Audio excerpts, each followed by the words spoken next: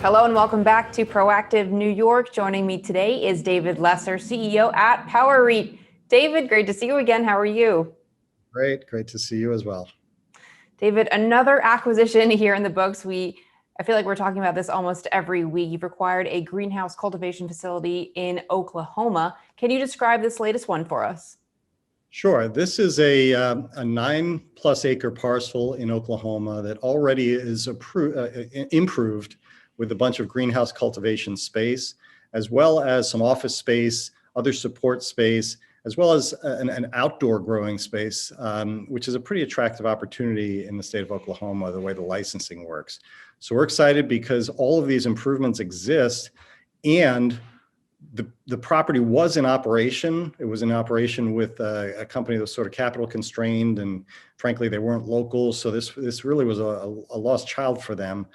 We picked it up, in my mind, on a distressed basis, and we're really excited because it was in operation. So we can turn this thing around very quickly, speed to revenue, and really revenue growth, because we're going to add a lot of plant count and really ramp this thing up rapidly. So it's really an exciting acquisition, and it's kind of a new entry market for us going into Oklahoma. So we're excited about that as well.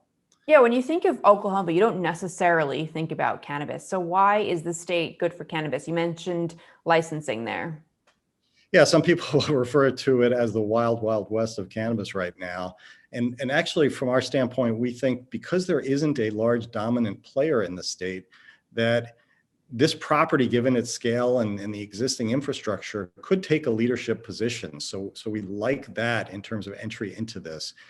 As I mentioned, the licensing here is a little different, and certainly across the country, state by state, the licensing, you have to understand the nuances and have a strategy. A lot of people focus only on limited license states where there's a lot of control and very few people hold licenses. This is almost the opposite, and it's an unlimited license, and you can have as many plants as you want, which is different from the other states we're involved with. And because of this, a property like we've acquired has tremendous upside potential, because we can, again, expand rapidly. We don't have to defer and get more licenses and so forth. We can really put a lot of plants in, and at the end of the day, having plants in the property is what generates revenue, which is what pays rent to Power REIT. So the more plants, in this case, the better. And you've already found a tenant to take it over. We have a tenant.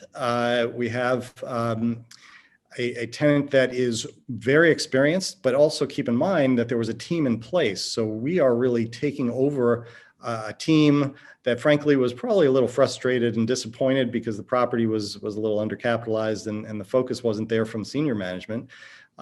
So we have brought in a management team that will be our tenant operator, and they're hitting the ground running. I mean, they've been really working around the clock for the last week, getting this thing ramped up. And it's really exciting to see the quick progress we can make, again, because of all of this infrastructure that is already in place. And what are the terms of the lease? So the lease is similar to all of the other transactions we've done of late. Basically, after a short deferred rent period to allow operations to ramp up, Power REIT receives a full return of its capital over the next 36 months, which is a pretty heroic structure when you think about commercial real estate. You just don't see things like that in normal real estate asset classes. But because of the cannabis sort of story, we see this as a structure that actually works for both the tenant as well as for us, certainly as Power REIT. So we have a full return of capital over the next 36 months. I've started to refer to it almost like a twofer. We buy this property, and then over 36 months, we get our capital back so we can buy another property. It's kind of really helps with our growth trajectory. After the 36 months return of capital, the rent drops down to a somewhat lower level, but still just under a 13% yield on our original investment, even though at that point we have no investment remaining. And then that escalates at 3% out into the future. So it's the same deal structure we've been using, and it really has resonated. And the reason it works is that near term, on a project finance basis, when you look at the performance, the underlying performance of a tenant operating this facility, they should be able to cover that fairly high front end rent. The harder part is to project what their operations are going to look like out into the future as these cannabis markets continue to develop. And so that's why our tenants like the drop down of rent. They feel comfortable with the higher front end rent, but like the long-term drop down in rent. And we think that's a win-win, and really a structure that we've sculpted really around this whole cannabis story and what's going on in the market dynamic. And it's resonated with potential tenants. We've also added a feature whereby in the event of federal legalization, the rent drops down a second time.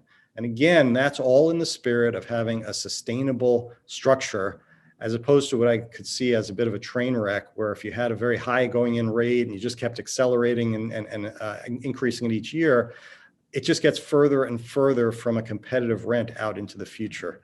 So when we look at our opportunities, we like our structure, and we also like the competitive advantage for our tenants of operating in a greenhouse that by definition should have significantly lower cost to produce the cannabis products.